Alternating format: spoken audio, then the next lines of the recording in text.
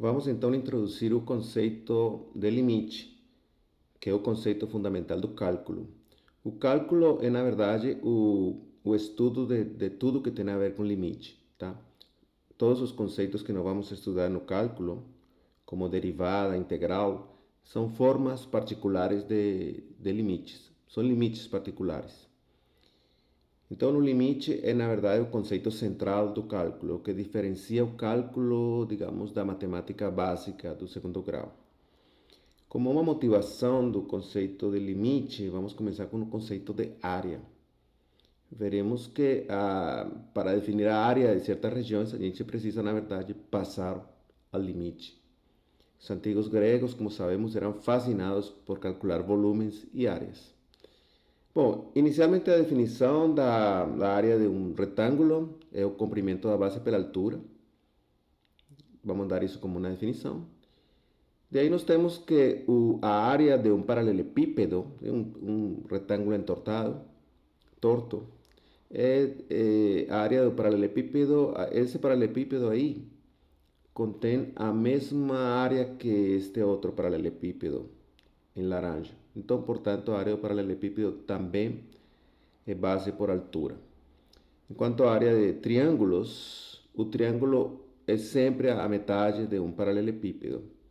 Então, a área do triângulo é base por altura sobre 2. De aí, tudo bem. Agora, quando nós temos uma figura mais complicada, círculo, por exemplo, calcular a área do círculo é um problema bem diferente, bem complicado, tá? Como veremos. Mas, se nós tivermos uma região do plano que pode ser decomposta em triângulos ou retângulos, então nós podemos, disjuntos, né? Então nós podemos calcular a área dessa região simplesmente somando as áreas dos triângulos ou retângulos que a formam, como estamos observando ali na figura. Então, calcular a área de regiões que podem ser decompostas como triângulos ou retângulos, tudo bem. Mas quando temos uma região como esta aqui, uma região, é a região embaixo da parábola y igual a x quadrado entre 0 e 1. Essa região aí em verde. Então veremos que para calcular a área dessa região, nós precisamos usar um método chamado método de exaustão. Essa área, bom, a gente verá isso no cálculo integral. Mas sobre a área do círculo, queremos dedicar esta aula à área do círculo. E vamos fazer a relação de resultados sobre a área do círculo. Começamos com Eudoxus, matemático que viveu uns 400 anos antes de Cristo. Eudoxus tem trabalhos em astronomia, tá? Uma coisa importante é que o Eudoxus aparece no livro Os Elementos de Euclides. O sea, o livro quinto dos elementos é dedicado aos trabalhos de Eudoxus. Eudoxus formalizou o método de exaustão. Tá? O método de exaustão tinha sido inventado por um matemático chamado Antifón, mas foi Eudoxus que formalizou rigorosamente o método. E sobre a área do círculo, Eudoxus tem um resultado muito importante. Dado um círculo de rádio R, C sub R, então Eudoxus mostrou que o quociente entre as áreas de dois círculos era igual ao quociente entre seus raios. Daí então seguia que a área de um círculo de raio R pequeno, era igual à área do círculo de raio 1 vezes R ao quadrado. Então, a área do círculo de raio 1 é uma constante. Essa constante é o que chamaremos posteriormente de π, é um número π. Mas vamos definir o número π de outra forma um pouco mais à frente. Mas Eudoxus não calculou essa constante, tá? Ele deixou isso em aberto. O método de exaustão consiste no seguinte: queremos calcular a área desta região aqui em verde, 18,13 unidades quadradas. E o que fazemos é colocar retângulos por dentro da região, retângulos inscritos, vamos aumentando o número de retângulos. Então, a soma das áreas dos retângulos vai pouco a pouco aproximando a área que queremos. Ahora, os retângulos também podem ser tomados circunscritos, retângulos por fora, e à medida que aumentamos o número de retângulos, a soma das áreas desses retangulinhos vai pouco a pouco se aproximando a 18,13, que é a área que queremos calcular. Este método foi formalizado de forma rigorosa, matematicamente rigorosa, pelo Eudoxos, 400 anos antes de Cristo. Bom, em quanto à área do círculo, é necessário mencionar Arquimedes de Siracusa, matemático que viveu no século III antes de Cristo. Ele é o maior matemático da antiguidade. Então, Arquimedes calculou a área do círculo em particular, tem fórmula para a área do círculo, calculou o volume da esfera, a área superficial da esfera, a área de um setor parabólico, de um setor de uma parábola. E o Arquimedes chegou muito perto de inventar o cálculo, que chamamos hoje de cálculo integral. Ele praticamente inventou o cálculo. Só que ele mesmo parece que não aceitava muito essa forma de pensar. Bom, e se conhecem poucos trabalhos de Arquimedes, uns 3 ou 4 livros só. Sobre a área do círculo, Arquimedes provou o seguinte resultado, usando o método de exaustão. Dado um círculo de raio R, seja Lzinho, a letra L, o comprimento da circunferência. Então, Arquimedes mostrou que a área do círculo de raio R era o comprimento da circunferência sobre 2 vezes o raio. E, bom, vamos dar uma definição, agora sim a definição de π. Vamos definir um número π. Na verdade, esta definição foi popularizada por o matemático Euler no século XVIII. Π é o quociente entre o comprimento da circunferência e seu diâmetro. Bom, vamos fazer alguns comentários sobre esse π, o quociente entre o comprimento da circunferência e seu diâmetro, ou o quociente entre o comprimento da circunferência e 2 vezes o raio. No Antigo Testamento aparece π igual a 3. Está mencionado π como sendo 3. Os babilônios tinham umas aproximações de π também, muito antes de Cristo, tá? E talvez antes do Antigo Testamento. Π era 3 e 1/8. Uma aproximação um pouco ruim de π. Mas, por outro lado, os mesmos babilônios tinham aproximações fantásticas de raiz de 2, porque raiz de 2 era usado para calcular área de prédios, de prédios para compra e venda de terras. Então, eles tinham aproximações fantásticas. Essa aproximação aí era na milionésima casa decimal. Tá? Bom, os egípcios também tinham aproximações de π. Eles aproximavam π por 3,16. Mas, na verdade, bom, vamos fazer agora uma pequena animação sobre π e voltamos. Bom, define-se então na constante π como sendo o quociente entre o comprimento de uma circunferência e seu diâmetro. Tá? No caso particular em que temos uma circunferência de raio 1 e diâmetro 2, então simplesmente π é a metade do comprimento da circunferência. Vou marcar aqui. Será a metade do comprimento da circunferência. Como vemos aqui nesta animação, uma circunferência de raio 1, o π é exatamente a metade do comprimento da circunferência, e 2π é o comprimento inteiro da circunferência. Vamos dar uma ideia agora da demonstração do resultado de Arquimedes, de que a área do círculo é igual ao comprimento da circunferência sobre 2 multiplicado por R. Então, a ideia é dar uma ideia com um sketch aqui. Esta não foi a demonstração que Arquimedes realizou. O Arquimedes ele provou esse resultado usando o próprio método de exaustão. Mas ele fez uma demonstração rigorosa para, inclusive para o nosso estándar atual de matemática. Então, para demonstrar que a área do círculo é aquilo aí, o que nós fazemos é dividir o círculo em fatias. Aqui, por exemplo, em 3 fatias e organizar essas fatias desta forma, tá bom? E vamos aumentando o número de fatias.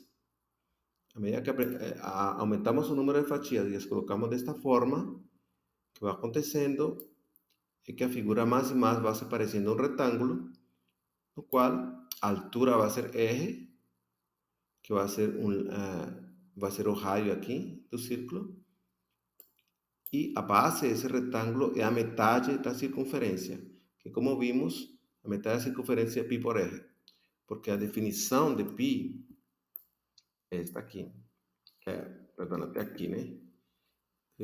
A definição de π é que π é o comprimento da circunferência sobre 2 vezes o raio.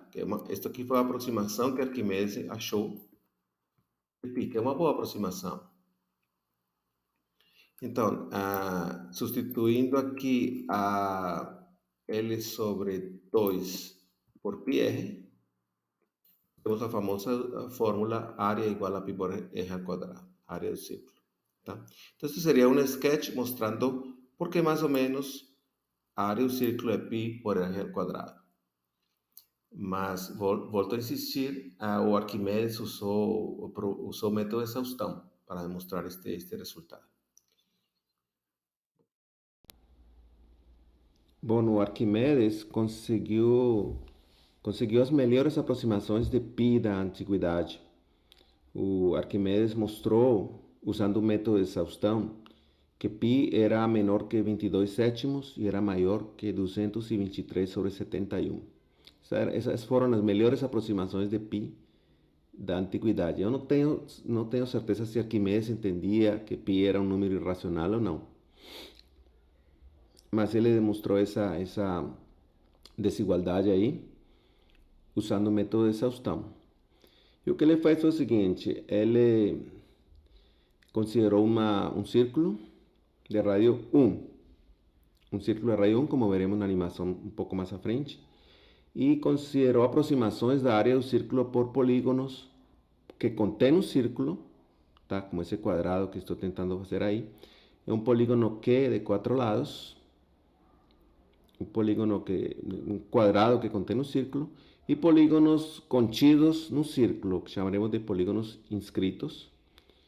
Como este é um polígono P, na verdade, esse tem 6 lados, tá? Coloquei 3, mas são 6 lados. Não são mais que 6, né? Acho que são 8 lados. Então, vamos chamar de B sub n a área dos polígonos circunscritos que estão por fora, tá? Que va a depender de n, va a ser de n lados, polígonos regulares, y a su n área del polígono inscrito P sub n con n lados, polígono regular, tá? Todos os lados iguais, como veremos na animação. Então, Arquimedes mostrou que a sequência dos Bs das áreas dos polígonos circunscritos decresce e a sequência das áreas dos polígonos inscritos a su n crescem. E ele demonstrou mais ou menos rigorosamente para nosso estándar atual de matemática que π era o limite dessas sequências.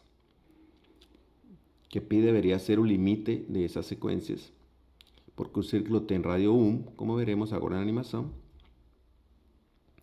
E então, aí aparece o conceito de limite. De novo, a única maneira de definir π é através de um limite. A maneira de encontrar aproximações de π, tá?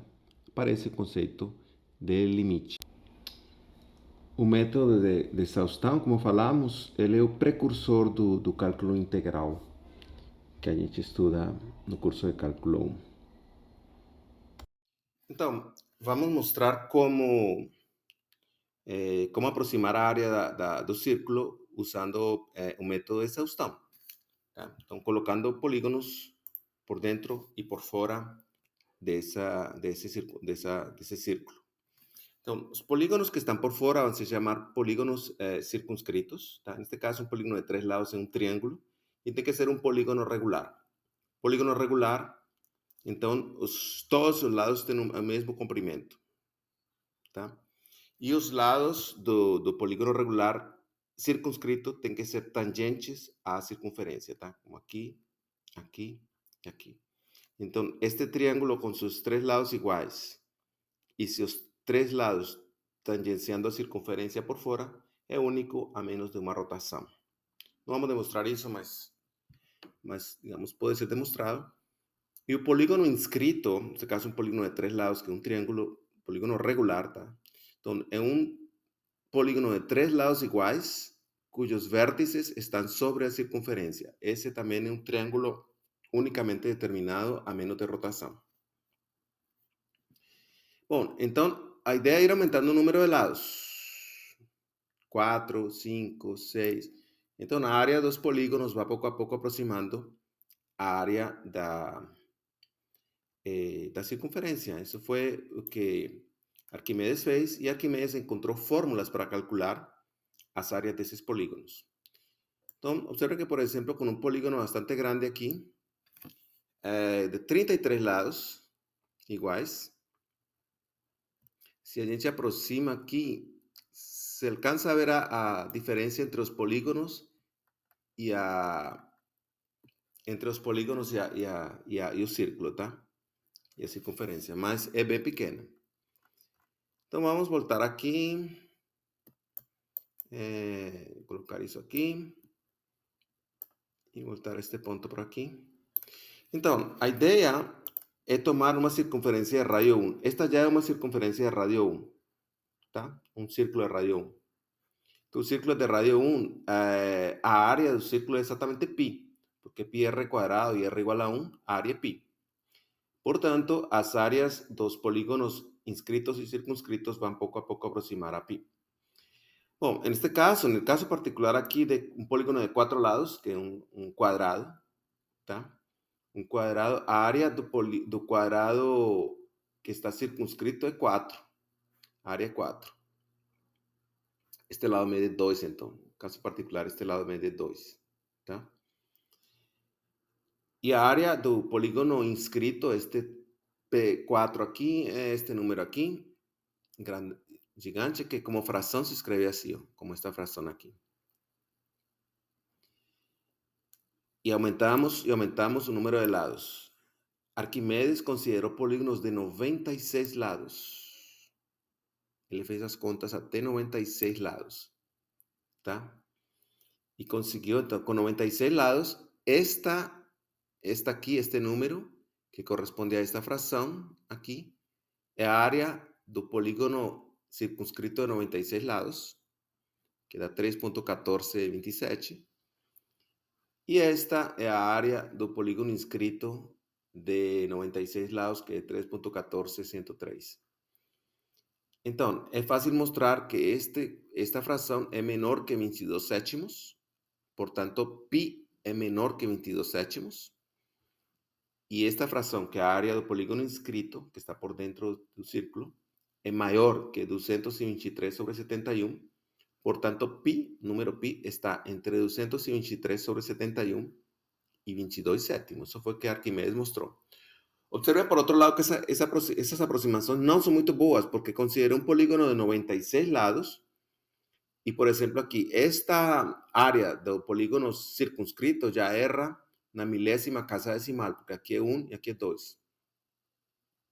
E esta área do polígono inscrito erra na 10 milésima casa decimal, tá? Porque aqui deveria ser 5 e é 0. Então, aparentemente, a velocidade com que a área dos polígonos aproximam π é lenta, porque estamos com respeito ao número de lados, tá? Vamos 96 lados e ainda está errando na casa decimal 1000 aqui. Então, uma coisa que me intriga é como Arquimedes, que fórmulas usou Arquimedes para calcular as áreas desses polígonos. Estão feitos de triângulos, tá?